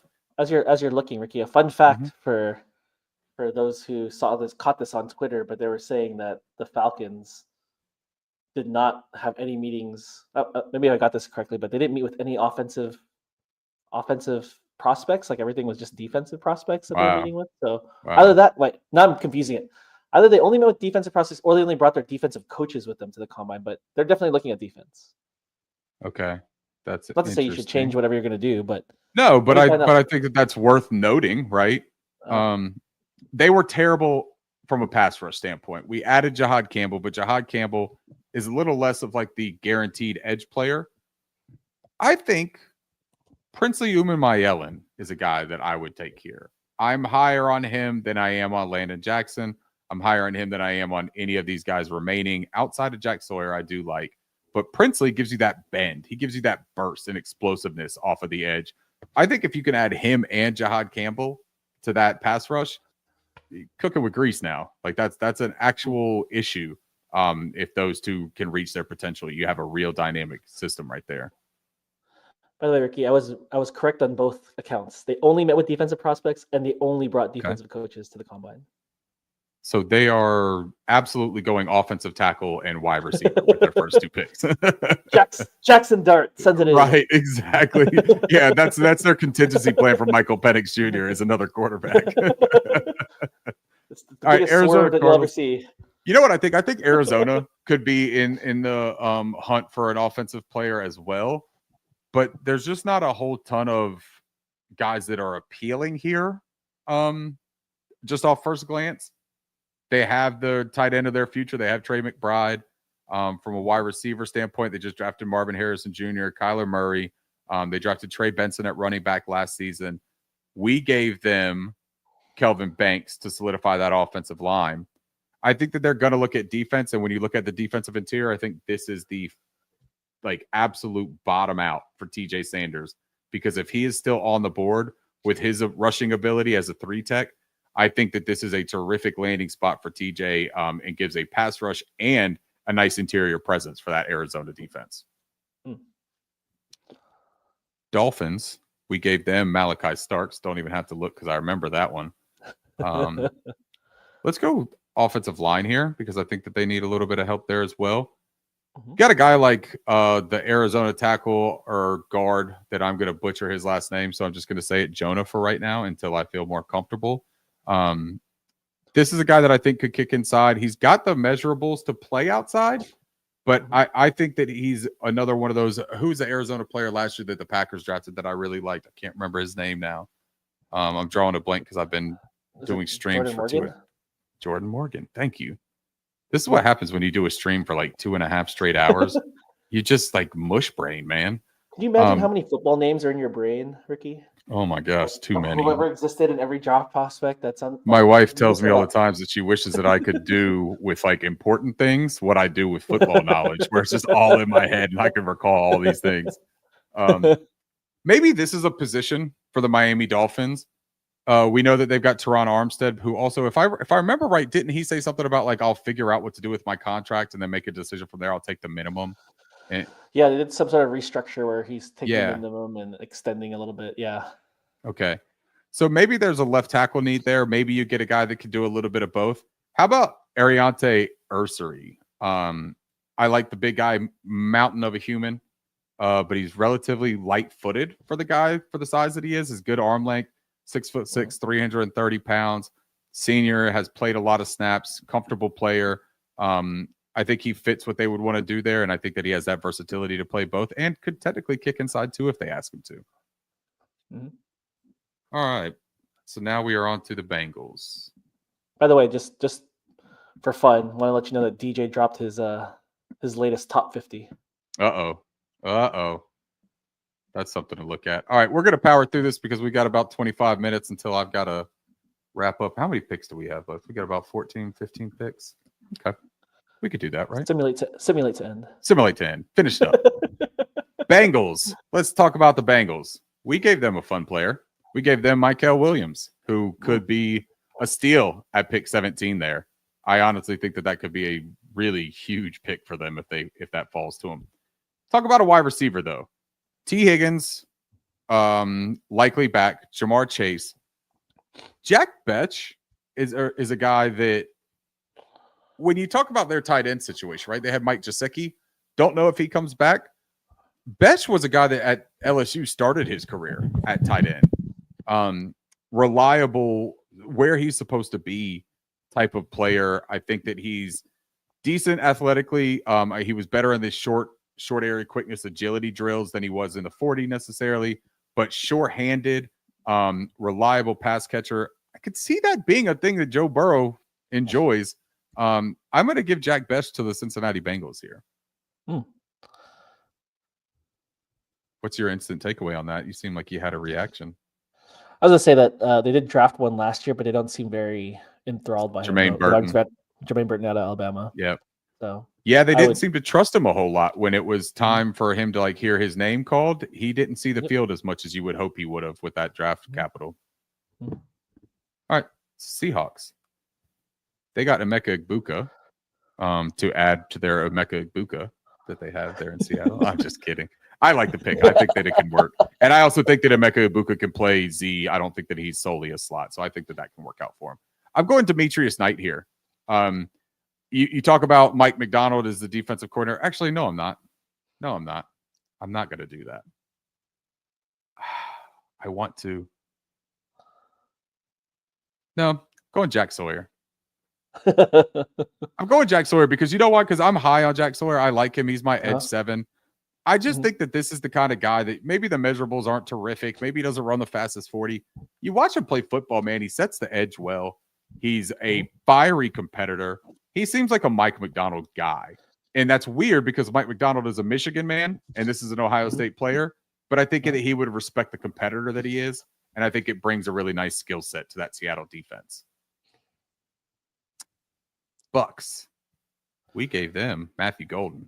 Love that pick for them. I really do. I think that would be a really fun pick. Demetrius Knight. This is where he's going. Actually, nope. Carson Schwessinger. This is where he's going.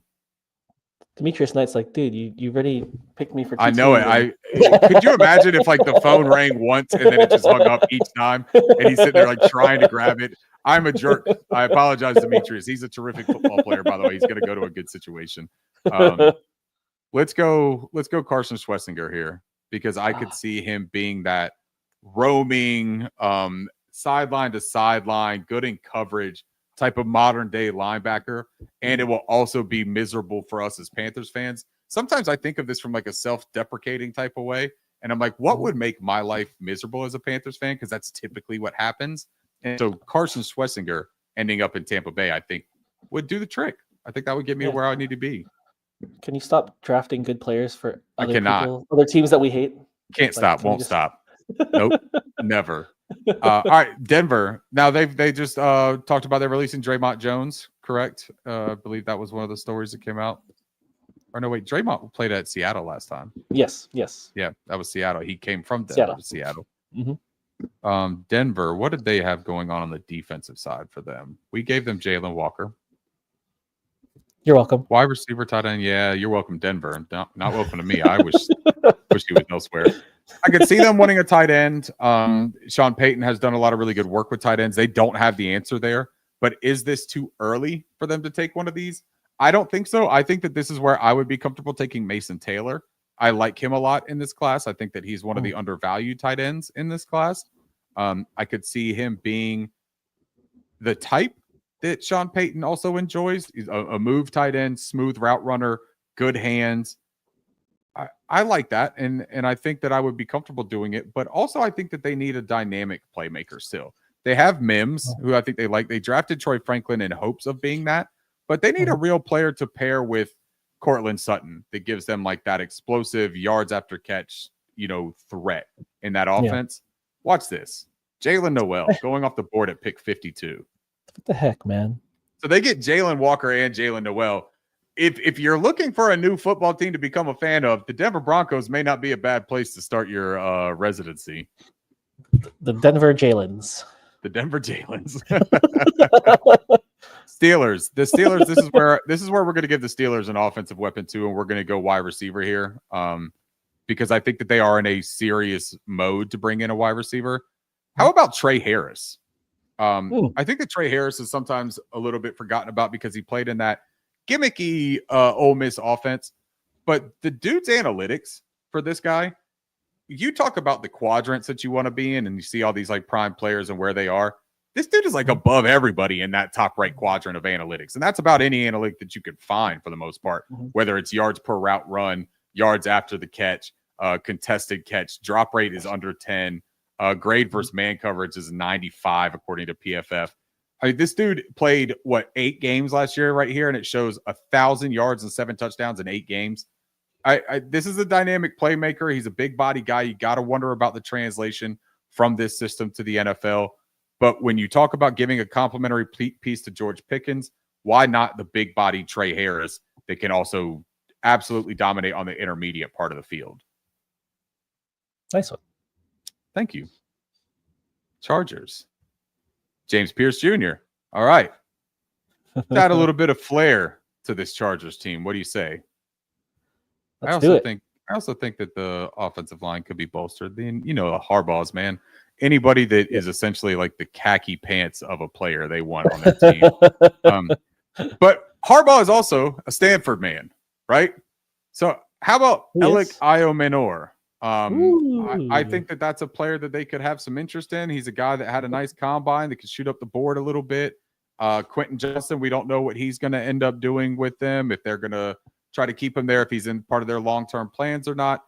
I think I'm going to go Alec Iomenor here for the Los Angeles Chargers. And for the Packers, we drafted Jaden Higgins first for them. This is where I think Landon Jackson finally hears his name called. Landon Jackson is a big, tall, long-armed pass rusher. I could see him kind of being what they want as far as getting after disrupting the passer. Decent production for them. Good run defender, not necessarily, somebody that I think of as like a stout player, even though he's 6'7", 280.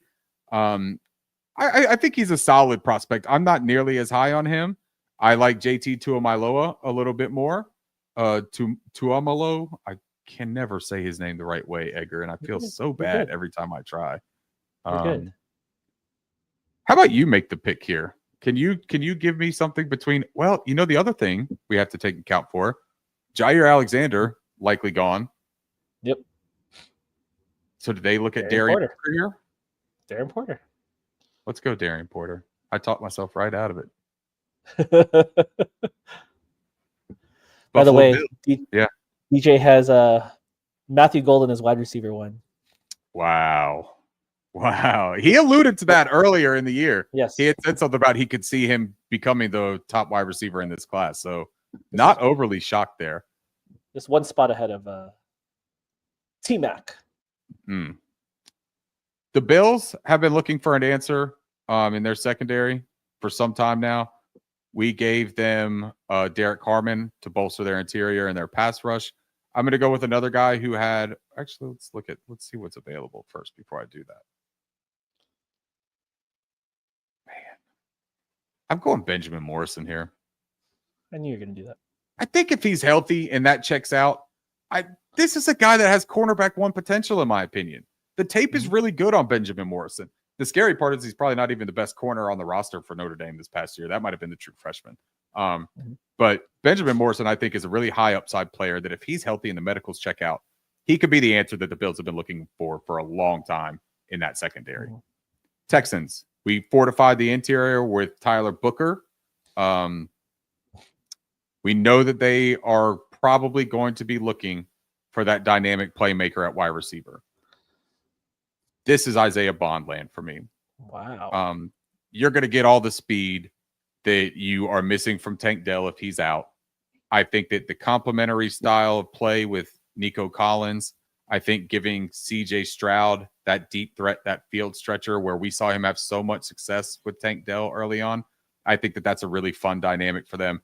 And even when Tank Dell comes back, I don't think that Isaiah Bond is necessarily like a problem of fitting in with those.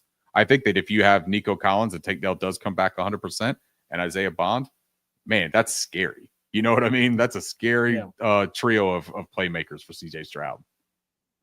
Carolina Panthers are on the board, and I finally get to make a pick for them. I'm very excited about that. And this one's going to be a relatively easy one for me. Are you sure you don't want me to steal the pick for you? Oh, wait, you had Mason Graham already in that pick. So I was going to take Alfred Collins here, is the guy that I love at this position. I love him at this position. Milton Williams, Mason Graham, Alfred Collins. Just build all of them, right? Let's just have a million. And honestly, we need it. So I'm not opposed to that. Before you pick, maybe because we know this team a little bit more, maybe if you look at the positions of need and like guys that you would consider at that spot before you say who you'd like or who you'd pick. Yeah. So as far as positions of need that they are saying, PFF is saying, defensive line, that can be interior. That you know their needs more than PFF. I would say that for me, I still think that they're needing of a playmaker on the offensive side, whether that's running back, wide receiver, tight end. I think that they need a dynamic playmaker. I know a lot of fans are going to say that round 2 is too rich for a running back in this situation. Wide receiver, Jalen Royals is somebody that I would be interested in at this point. I think that he could make sense. But I also think that we absolutely need an edge player and a pass rusher. And maybe in free agency, maybe we address that with Josh Sweat. It's possible.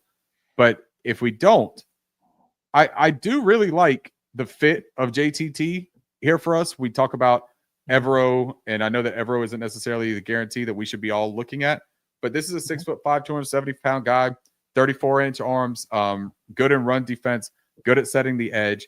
I also think that he's got a terrific power profile, which I love as a pass rusher.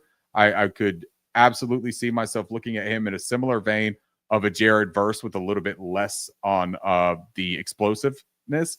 But as far as like how he wins, it's Jared Verse-esque, in my opinion. Josiah Stewart, if you're looking for juice, I think that he's a guy who makes sense coming off the edge. There's also another player, David Walker, that I like a little bit further down, that there's, similarities in their physical profiles that I maybe wouldn't gamble on. Landon Jackson's going to be a guy that a lot of people like. I'm going to go JTT here for Carolina Panthers. I think if you can get that line, Mason Graham and JTT, I think you've done a decent job of fortifying that run defense, but also the pass rush from multiple alignments. All right, Ravens. Let's look at the Ravens. Gave him Mike Green, which is just crazy. Just insane. Offensive tackle is what I'm going to do here. And I think this is one of those situations where it's like somebody is going to fall and it's going to be Cameron Williams this time, that they're going to get this physical athlete that could potentially turn into a cornerstone offensive tackle.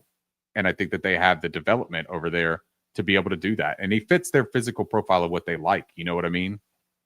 6'5", 335. Beefy. Big fella. All right, Lions. Lions, we gave Donovan Izaraku, which is a tremendous pick. Here on the interior of the offensive line. Is there a guy more Dan Campbell in this draft than Tate Ratledge? Nope. I don't think so either. We're going to take him. I don't even care. I don't care about the logistics behind it. I just think that you talk about a kneecap eater, it's Tate Ratledge, and he's starting with the mullet down, right? Like that is how he gets busy. Washington, we've got Nicky Manwari, which I think is a really fun pick for them too. I could see them looking at a bolster that offensive line, which I think is a really smart strategy for any of these teams that have these young franchise quarterbacks that they're trying to protect and invest in and keep their investment safe. I think that it makes a lot of sense to look at an offensive lineman. So I would look at who else do we have out there? Edge. I don't know, Edgar. What are you thinking here? I mean, I keep seeing Landon Jack. I mean, again, I'm not. Yeah. The reason why I had you do this is because I don't know these guys as well as you do, and I don't know the teams as well. But I'm just not as high on Landon, but I think you're right. I think for value, I think Landon Jackson's tough to pass up, right? That's just the person that I see that's like, wow, he's fallen so far. Let's go Landon Jackson there, which I don't think that 61 is all that far for Landon Jackson. Personally, I think that that's a fair range for him. I think you're getting a solid player that's not necessarily a knock your socks off type of player. Bills here. They've got some nice picks here in the second round, getting 56 and 62 next to each other like that. I think this is where you could see they just signed Khalil Shakir, so their slot is pretty locked up there. What about Jalen Royals? A lot of people talk about him in a Stephon Diggs type of way because of their physical builds. I think that he's a little bit more dynamic, especially right now at this point. I think that Jalen Royals could be a guy that could be a whole lot of fun in that Bills offense with Josh Allen. Oh, man. Yep. Now we're down to the Chiefs. Maxwell Harrison's still out there. Maybe Nick Bolton leaves. And I'm going to tell you this. If Nick Bolton leaves and Demetrius Knight is the replacement, that's a really nice fit. I think that Demetrius Knight could do a lot of things in Spags defense, getting after the quarterback, decent in coverage. Also, though, how much fun would it be if you gave the Chiefs Alfred Collins?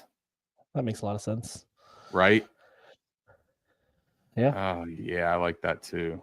I'm going Alfred Collins because I don't think that Alfred Collins even necessarily lasts this long either. I think he's a better player than 63rd overall in this class. And then the Eagles. Who did they luck into last time? Walter Nolan. Okay, perfect. So who else can they have fall right into their lap, Edgar? I mean, you almost gave away Demetrius Knight twice. Not that they need a linebacker. I know they just re-signed Zach Vaughn, but that's the top of your list, and you keep giving him away and taking him back. I do. What about something crazy here, though? We just heard Brooks talking about Jason Kelce. What if the future of the tush push was right here at the end of round 2 in Jared Wilson? Do it. I'm doing it. All right. And now that it is Sunday morning after this 2.5-hour draft, I feel like I have probably done all that I am supposed to do today for draft content. Edgar, how do you feel about what we did here? I feel great. I think one thing that's great, and the reason why we pushed for this is like the combine just happened, and so we've got a lot of data points for some guys. And then in terms of like whispers, everyone is at Indy. Everyone's talking. Everyone's saying what they heard, what they've talked to. I saw Matthew Berries. I saw Rich Eisen. Like people are just talking about that's the place where people meet and talk. And so this is a really good space for us to kind of readjust where we were, because now we just have more information about what teams want, who they're talking to, and then again, how they perform on the field.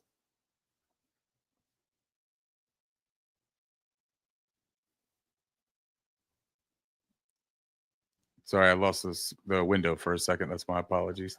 I wasn't just like trying to save my voice or anything like that. So when we look at this, though, I thought you were just impressed by what I had to say. Like I was, yeah. I was having a hard time coming back with a retort. But so you brought up a good thing, though, that I think that we could just look at this real quickly, right? The risers and followers of the combine. Who stands out here as like somebody who benefited the most? I think Armand Membou clearly getting a top 5 pick. I think that he won. I think looking at Shamar Stewart at 11, but he's always kind of been up towards that range, right? I guess it was more solid. At least he didn't slide. Like he solidified. Matthew Golden at 19. I think that him being a top 20 player definitely has something to do with the combine performance. I know that some people were high on him before, but like I think that that's almost like his floor, right? Is like that 20 to 25 range. It's hard to see him getting out of that. Jaden Higgins would obviously be a huge winner in this mock. Yep. The losers: James Pierce, Mike Green. Even Mason Graham a little bit. He didn't even test, but I think that he would be looked at as a loser because of the drop through the first 5 picks. Nicky Minwari is a guy that I could see going higher than we have him, but I think that him sliding into the first is a win. Donovan Ezeraku, I think, as well. Yeah, I think that both of those guys would be considered winners. Yep. All right. Yeah, I like it. I think it'd be fun to compare this with the previous one, see how we do. Like next week will be another data point for us. We got free agency, and so we've got so much news going on every single hour. If you're not plugged into Twitter, you might miss something. And so if you're not plugged into Twitter, just make sure that you like and subscribe to this channel, because we will absolutely relay the messages that we see from the draft community, and we'll use it as part of our formula for coming up with the content. You know, that's a little selfless plug, isn't it? Just sign up and like our page. Yeah.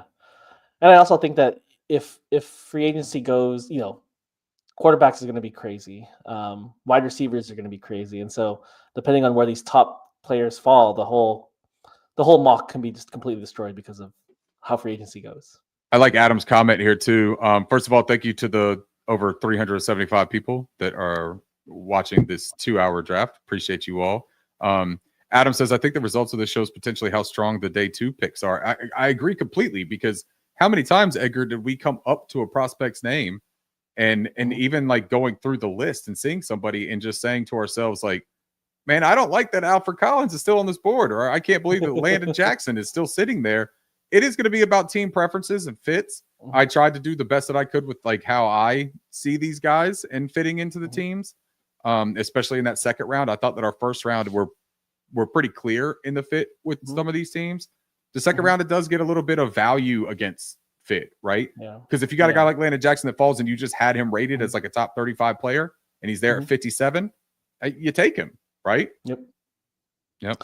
I do think also, and maybe this is just good feedback for you, Ricky, for your rankings, is like how do they tier, right? And so like this person on their tier. So I think for a lot of teams, at least what the buzz is going on, is people will fall because they have guys like pretty close together. And so if someone goes all the way up to 20 and maybe falls all the way to 45, like the gap between the talents of those players is not that far apart. Yep. And the guys like TJ Sanders that saw their name fall in this one, that's also a guy that teams could love a whole lot more specifically for what they want to do, right? Like I could see TJ Sanders even being a guy that the Philadelphia Eagles enjoy. If Walter Nolan isn't someone that falls to them, he could be that 3-tech that kind of fills in there and gives them that pass rush of a Milton Williams and seems like a seamless transition almost. Yeah, good exercise. Yeah. Before we wrap up, Ricky, you know this more than I do, but like what's to look forward to from Draft Crush? What's to look forward to from Draft Crush? Well, we've got more guests next week. We'll lay those names out maybe this weekend. We can start talking about it. More guests. We've got pro days, and the Georgia Pro Day, I believe, is the 12th. So we'll be able to talk about that a little bit. Maybe we get some measurements or some testing on some of those guys. We've got top 30 visits or official 30s. Let's don't say top, right? Aren't we supposed to not say top? It's just 30 visits. Just 30 visits. Just 30 visits. So we got those are starting to roll out. So we'll start to have, and free agency kicks off next week as well. I believe March 10th, I think, is the start of the new year. Is that correct? Yeah, I think there's like legal tampering. Yeah. when you can officially. So I'm guessing by next Monday we'll get some action. I mean, we're getting Right. some action, and we haven't even started yet. And then instead of us just doing these drafts from our perspective and what we would do, we're going to be able to start kind of keying in a little bit on what these NFL teams are sending the message of their priorities and what they want to do and the kind of players that they're wanting to bring in to start their next season. So maybe we can start looking at some of these exercises from the standpoint of how a team, like we can really focus on the fit. Instead of giving you guys just our perspective, we can really look at this from like the Los Angeles Rams perspective. What are they going to do? From the, New Orleans Saints, who have a world of needs and not a whole lot of money to do it. How do they address those issues? We can kind of get a little bit more specific. So plenty of stuff to look forward to. And maybe we even do a little bit of a positional ranking stuff.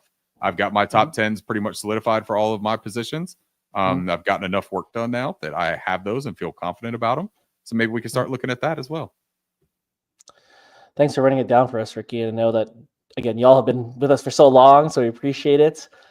Just to wrap up, an incredible day, Ricky, and just so appreciate all your hard work, appreciate all the knowledge that you have that your wife doesn't appreciate, but that's right.